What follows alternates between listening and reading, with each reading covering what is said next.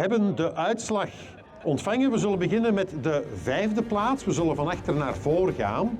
En dan beginnen we bij de maanschieters. 251 meter vergeschoten. Thomas Moor staat op de 4e plaats met 283 meter. En dan komen we bij de podiumplaatsen. Op plaats 3 staan de Tornado's met 350 meter.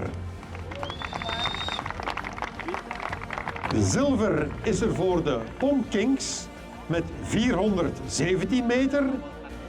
En de gouden medaille gaat dit jaar naar team MKB met meer dan een halve kilometer ver een schot van 521 meter. Proficiat.